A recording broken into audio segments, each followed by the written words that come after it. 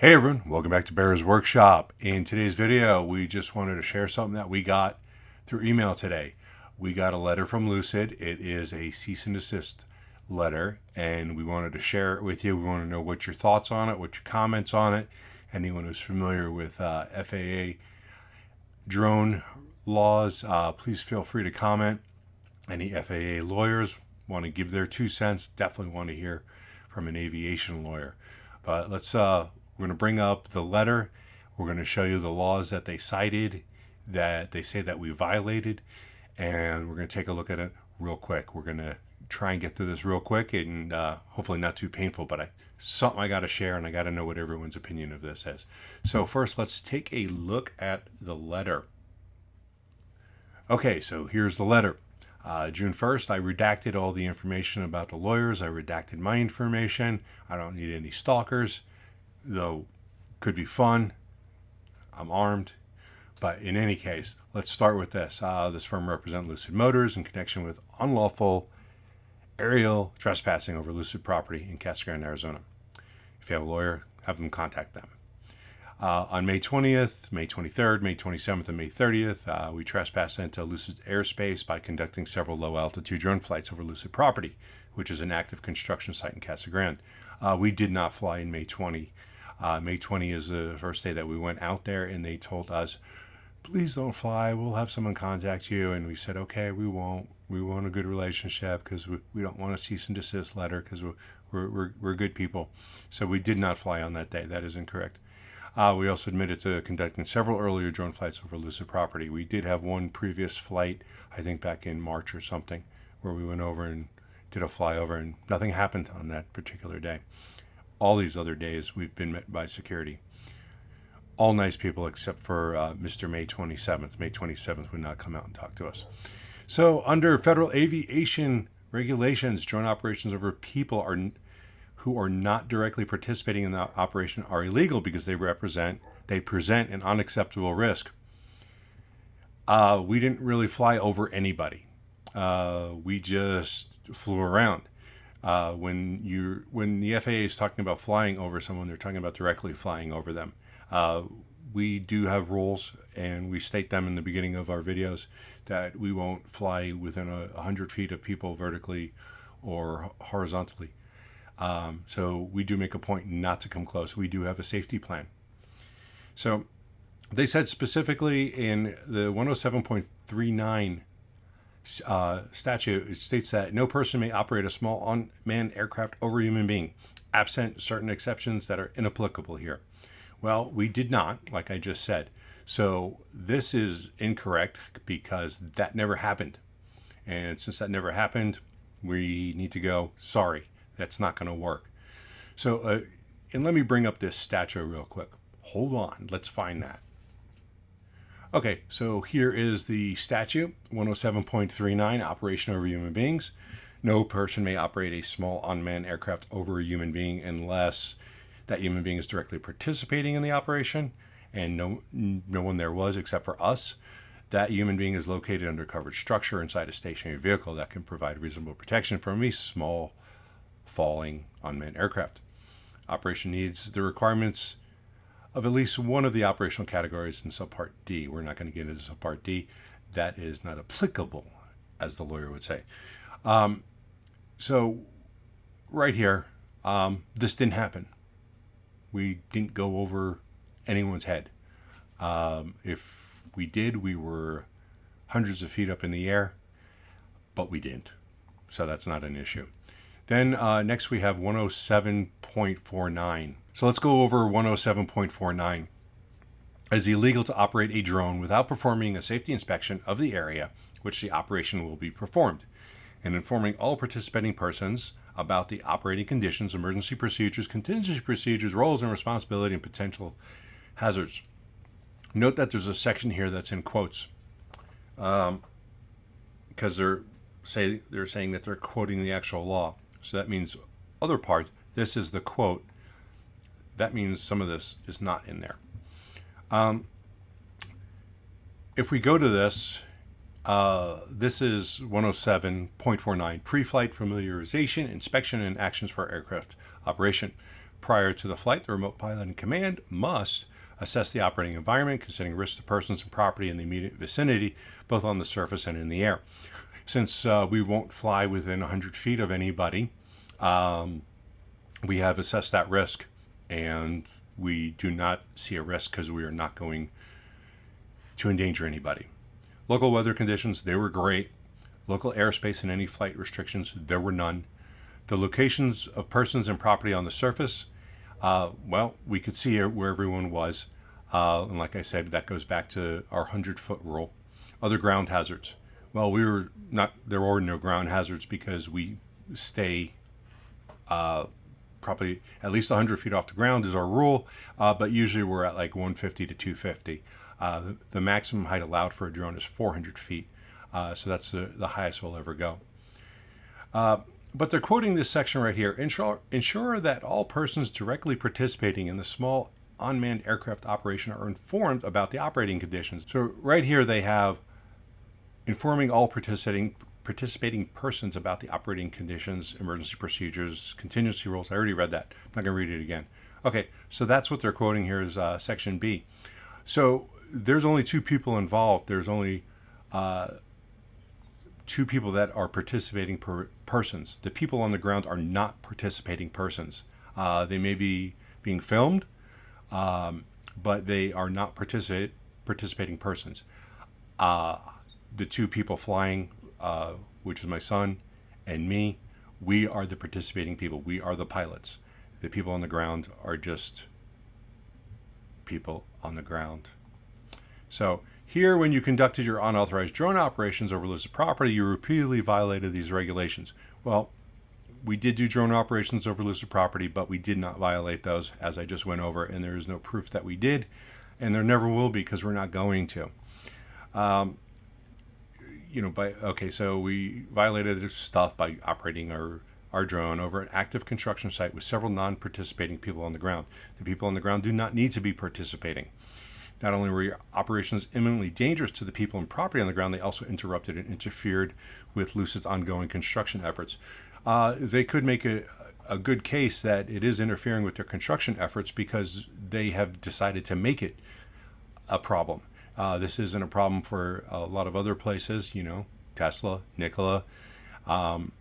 They let it go because they know that they actually have no legal standing. This is an attempt to bully us. It's an attempt to give us the fear of if we have to get a lawyer and fight this, that we're going to back down because the lawyers are going to be $400 an hour, and who knows how long this can go on. And then there's always a chance of losing, and they're suing us for damages, and Lucid is trying to get $1 million out of me, and that's like trying to milk a rock. So it's just not going to happen. So this is just a bully effort, and it's not very appropriate because you want to build excitement about your vehicle, and which they're doing a great job of. They really don't need me, but investors do want to see progress on the construction site. People who like watching construction, they want to see it because it's cool stuff to them. So there's a lot of people that have interest in this, and even drone flyers, they like to see drone flights. So there's a lot of people that there's a public interest to see things like this. I'm a shareholder. I want to see what's going on. I want to make sure there's progress. And yes, I took it upon myself to be that person to share that information. So they go on saying that we're in violation of Arizona law also. Aerial trespassing is recognized cause of action and in Arizona. And they actually cited this case, which is,